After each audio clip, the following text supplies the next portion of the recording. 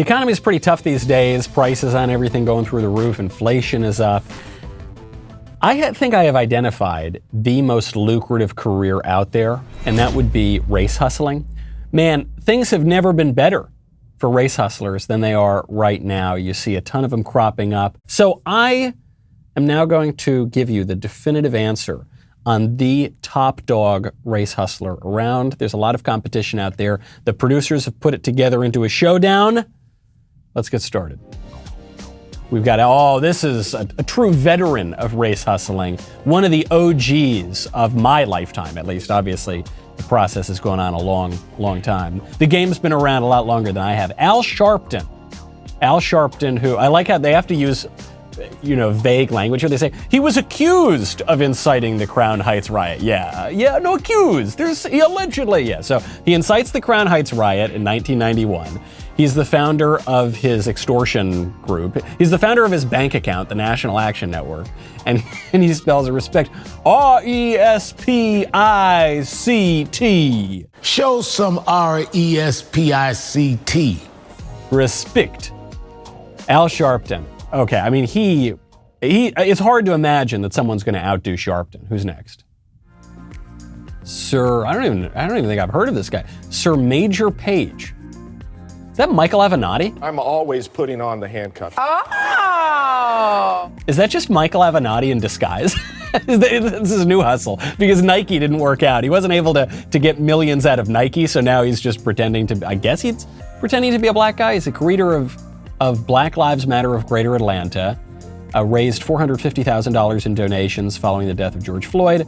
Now he's federally charged with wire fraud and money laundering after blowing donation money on hookers and guns. So this guy looks white to me, which might be part of the hustle. I guess he could be mixed race. I don't know. That's a lot of times when race hustlers get called out for pretending to be black when they're not. Sometimes they'll say, well, I'm mixed race, and maybe they are. Maybe it's mixed race. I don't know. It's sometimes hard to tell, but it's even funnier if he's a white guy. But I'm going to have to give this one to Al Sharpton, because this is much more outrageous, obviously. But one, the fact that I haven't heard of this guy, I think shows you he's not as successful. And the fact that he's now getting in trouble for misusing his donations raised shows you that he's just not as good at race hustling. Al Sharpton's blown a lot of money too. I don't know if it was on hookers and guns, but it's certainly on nice suits, private air travel. Al Sharpton's lived a pretty good life. Either exploiting tragedies or completely making them up out of nowhere. So anyway, I'm going to give it to Al Sharpton, no question. Let's keep going. Speaking of white people pretending to be black, Rachel Dolezal. Rachel Dolezal, a white woman who pretended to be black. She then became, this is like a Chappelle Show skit. Black power! She became the president of a chapter of the NAACP. Then she was charged with a couple of felonies, including welfare fraud. Rachel Dolezal also was sending threats to herself, I think, and she, as they say, essentially did blackface every day for years.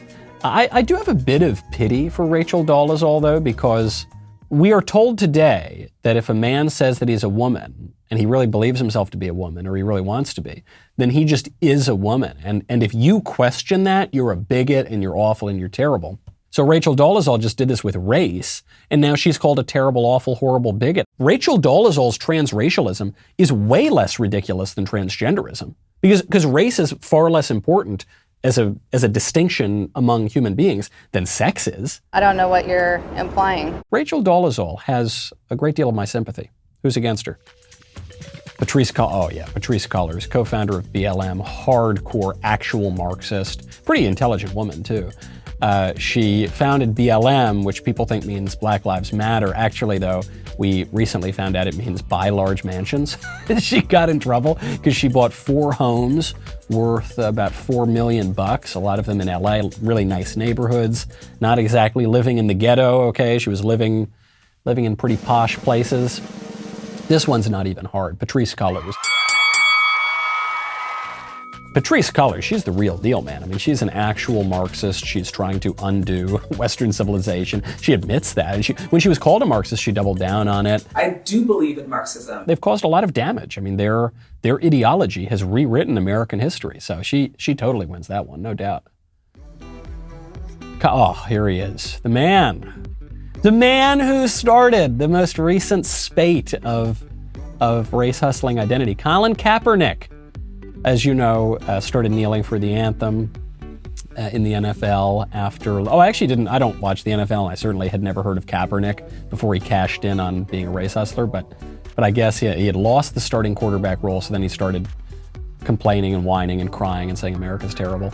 He wore socks at a San Francisco open practice that portrayed the cops as pigs. Yeah, he complains about oppression, even though he's made zillions of dollars through endorsements. I mean, there's no question the man is many, many multitudes, if not an order of magnitude, richer as a result of his not being a starting quarterback than he would have been had he just had a normal, regular NFL career. He also, I think, wasn't he raised by white parents? What? He's awful. I mean, he's truly a disgrace. If I could banish him to St. Helena, I would. Who's he against?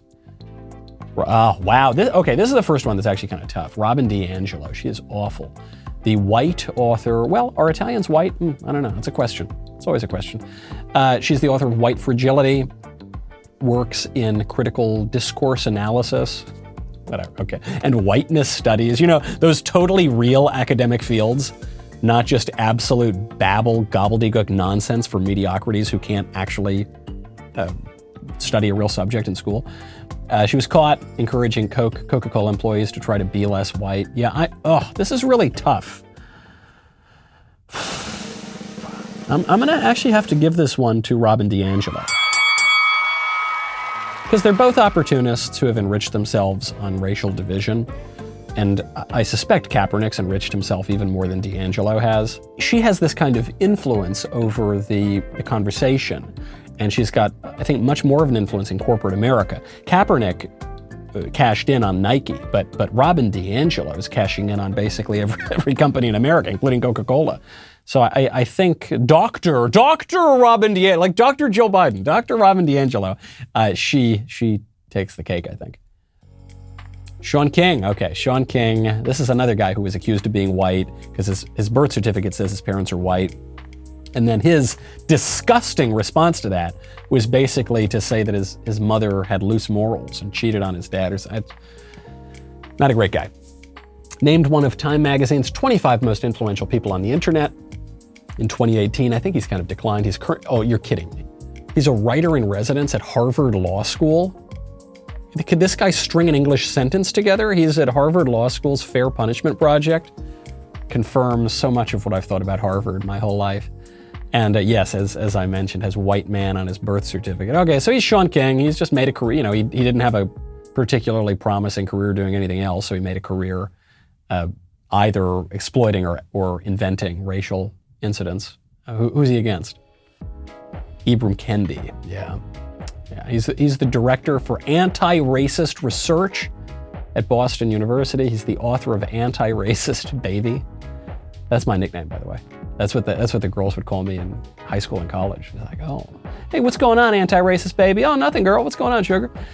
His real name is Ibram Henry Rogers, and he's been a vegan since at least 2015. Yeah, he took his wife's name, or he and his wife invented a new name or something. Yeah, this one's not hard either. It's the difference between the street peddler and the head of the cartel. All right, he wins. All right, so this is the semifinal round. We start with Sharpton, okay? Sharpton versus Patrice Culler. This woman, led an organization that burned the country down in 2020, and she still has politicians kissing up to her. Now, the problem with Culler is that this actually might change my calculus, because Culler did have to leave. She had to resign from BLM because she got caught in that financial scam. I'm giving this one to Al Sharpton, because he's had a lot of financial scandals too, but he survived. He survived them, and she has. It remains to be seen if she can resurrect her career. So I'm actually going to give this one to Al Sharpton. Okay, then we got Robin DiAngelo versus Ibram Kendi. Oh man, it's like the Spider-Man meme. It's like, you. No, I mean, it's truly arsenic and cyanide.